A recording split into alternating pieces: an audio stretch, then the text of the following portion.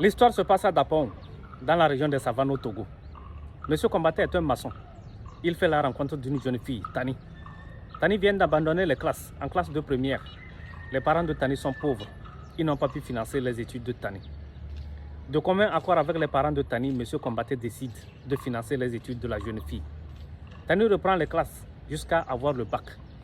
Après le bac, Tani voudrait bien continuer ses études universitaires à l'université de Lomé.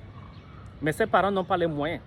Encore une fois, Monsieur Combaté, de commun accord avec les parents de Tani, décide de financer les études universitaires de Tani. Que ce soit le loyer, les documents, la scolarité ou la nourriture. Mais Monsieur Combaté a dû faire des sacrifices. Il a dû se priver de beaucoup de choses, y compris la construction de sa maison. Tani a ses diplômes universitaires. Monsieur Combaté négocie auprès de son oncle. Tani fut embauché comme employé dans une banque. Mais à partir de ce moment, le couple commence pas à battre de l'aile. Certains comportements de Monsieur Combaté sont insupportables au goût de Tani. Monsieur Combaté n'arrive pas à nouer une cravate. Il n'arrive pas à porter une veste. Il n'arrive pas à manger en public avec des fourchettes, des couteaux, des cuillères. Tani vit ça comme une humiliation. Les amis de Tani se moquent d'elle. Un beau matin, Tani décide de mettre fin à sa relation avec Monsieur Combaté. Question.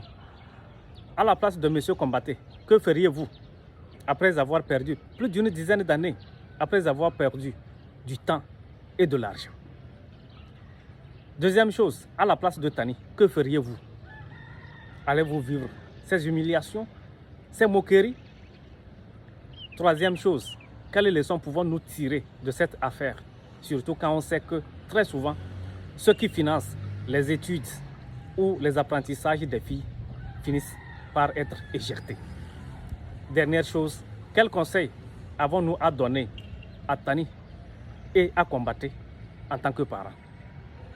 Je vous remercie. Alès Boukala, le fils de Savane.